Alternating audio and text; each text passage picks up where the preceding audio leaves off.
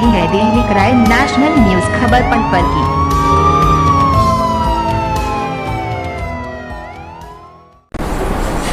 साथियों, आज ये संदेश मैं उत्तराखंड पुलिस के अपने समस्त साथियों के लिए रिकॉर्ड कर रहा हूँ। आप सब ने कोरोना के समय में बहुत ही उत्कृष्ट कोटि की सेवा की है। आपने देश भर में पुलिस की छवि को आगे बढ़ाया है, लाखों लोगों की मदद की है और लॉकडाउन को दृढ़ता से लागू किया, किंतु साथ ही साथ मानवीयता बनाए रखी। इस बात की पूरे देश में सराहना है। ओवरऑल पुलिस की छवि में बहुत ज़्यादा सुधार हुआ है आपके पॉजिटिव कार्यों से। मैं आपको बता दूं, देश में पुलिस का ट्रस्ट कोशेंट पहले 30% हुआ करता था, आज वो 90% तक चला गया है। तो ये सब आप लोगों की निस्वार्थ सेवा और कड़ी मेहनत से ही संभव हो पाया है। दूसरी जो इम्पोर्टेंट बात है वो ये है कि जो आखिरी अभी जो वर्तमान चलन चल रहा है, विशेषकर जुलाई का महीना, जब से प्रवासियों ने वापसी शुरू की थी, जब वो बड़ी संख्या में लोग मुंबई से, दिल्ली से, गुड़गांव से प्रदेश में वापस आए, तो उनके साथ कोरोना संक्रमण भी तेजी से आगे बढ़ा। तो ऐसे में हमारे पुलिसकर्मियों के भी संक्रमण की संभावना बढ़ गई। तो शुरू में तो हम बचे रहे।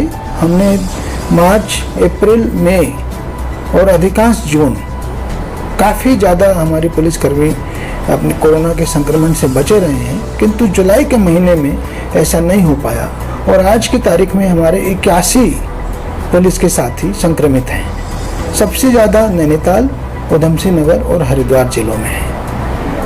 तो ये भी आपको बता दूं, 81 में से 9 लोग ऐसे हैं जो पूरी तरह स्वस्थ होकर वापस ड्यूटी पर लौट चुके हैं। तो वो निश्चय ही बधाई के पात्र हैं और उन्होंने हौसला दिखाया और वापस लौटे और फिर से ड्यूटी कर रहे हैं। ये उनकी कर्तव्य परायणता के भी एक बहुत बड़ी मिसाल है। जो बाकी लोग हैं उनमें से सिर्फ एक हमारा सब इंस्पेक्टर रामनगर का प्रकाश मेहरा, वो क्रिटिकल कंडीशन में पहुंचा था।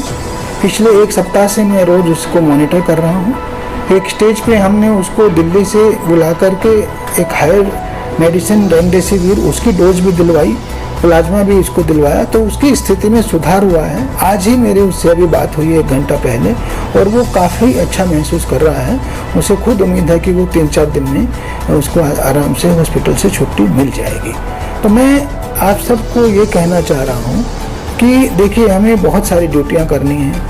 आप सभी जानते हैं कि जो नॉर्मल पुलिसिंग ड्यूटियाँ हैं वो भी वापस लौट आई हैं, चाहे शिकायतें हों, चाहे क्राइम हो, चाहे क्राइम को रोकना हो, चाहे क्रिमिनल को अरेस्ट करना हो, इन्वेस्टिगेशन करना हो। तो हमारे बहुत से रोल्स हैं और उन सब में संक्रमण का खतरा रहता है। तो मैंने शुरू में ही आपको SOPs भेजी थी और आपको इक्विपमेंट भी समय समय पर आपके जो यूनिट प्रभारी हैं, बटालियन प्रभारी हैं, जिला प्रभारी SSP हैं, सब ने उपलब्ध कराए होंगे। मैं आपसे फिर से एक रिक्वेस्ट करना चाहता हूँ कि सभी लोग जो SOPs बनी हैं उसका एकदम अक्सर से पालन सुनिश्चित करें। जितने हमारे कैंपस हैं, थाना हो, पुलिस लाइन हो, बटालियन हो, सबको दिन में कम से कम 3 बार सैनिटाइज करें। जो भी आदमी वहाँ बाहर से आ रहा है उसको बिना चेकिंग के ना आने दें। विशेषकर थाने पे आने वालों की संख्या काफ़ी रहती है जो बाहर से आने वाले लोग हैं। तो उसको पहले थर्मल स्कैनिंग वगैरह करा लें जरूर हर हालत में, और ये देख लें कि इसको किसी तरह के कोरोना के सिम्टम तो नहीं है। फिर उसको मास्क 100% सुनिश्चित कराएं कि वो मास्क पहने हो और सोशल डिस्टेंस बना के रखा हो। आप तो स्वयं पहने ही पहने, किंतु जिससे मिल रहे हैं, जो आपसे मिलने आ रहा है या जिसकी आप चेकिंग कर रहे हैं, वो मास्क पहनना बहुत ज़रूरी है। ये आप समझ लीजिए, एक संक्रमित व्यक्ति अगर उसने मास्क पहना हो तो उसके संक्रमण को ट्रांसमिट करने की संभावना 90% से ज़्यादा कम हो जाती है। यानी रिस्क हमारा बहुत ही कम रह जाता है। और अगर हमने भी पहना हो तो 99% रिस्क खत्म हो जाता है। तो कृपया करके आप स्वयं भी मास्क पहने, जो जिससे मिल रहे हैं वो इंश्योर करें कि वो मास्क पहने हो। आपके लिए एक एक्स्ट्रा मैं आप सबसे अनुरोध कर रहा हूँ कि फेस शील्ड जरूर पहने। आप देखिए, सभी फ्लाइटों में जो भी है मैंडेटरी है फेस शील्ड पहनना। फेस शील्ड का दोहरा लाभ है कि पहले तो मास्क में अगर कोई कमी रह जाए तो फेस शील्ड आ गई आपके पूरे चेहरे पे, नाक पे, आंखों के सामने।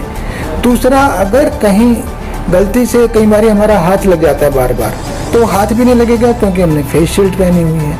मुश्किल से ये 40-50 रुपए की चीज़ है, 35-40-50, और सभी जिलों को एसएसपी को कह दिया गया है कि आपको हर हालत में उपलब्ध कराएं। तो कृपया करके वो लोग जिनको पब्लिक के सामने आकर ड्यूटी करनी पड़ रही है, वो जरूर से जरूर इस फेस शील्ड को पहने। इसके अलावा बाकी जितनी चीज़ें हैं, जब आपको बड़ी और ज़्यादा रिस्क की ड्यूटी करनी पड़ती है तो पीपीई किट भी पहने।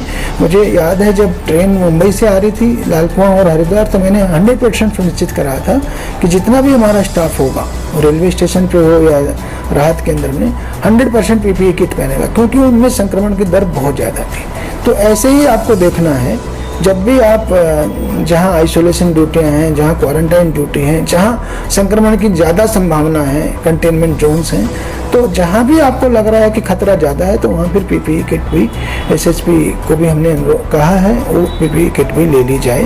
मैं आप सबसे आपके कर्तव्यपरायणता की, सबसे पहले आपकी कर्तव्यपरायणता की, आपने जिस ढंग से ड्यूटी की है उसकी पुनः सराहना करता हूँ।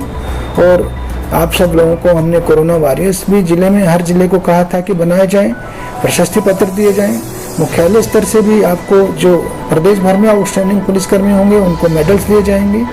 और मैं ये भी आपसे अनुरोध करता हूँ कि अपना हौसला बनाए रखें, मनोबल बनाए रखें, मनोबल गिरने न दें। सावधानियाँ जरूर बरतें, किंतु कोरोना हो गया हमारे साथी को तो डरने की ज़रूरत नहीं है। हम जो है उस बाधा को भी पार करेंगे, वापस लौट करके अपनी ड्यूटी, पुनः अपनी ड्यूटी पर आएंगे। ये मैं आप सबसे उम्मीद करता हूँ।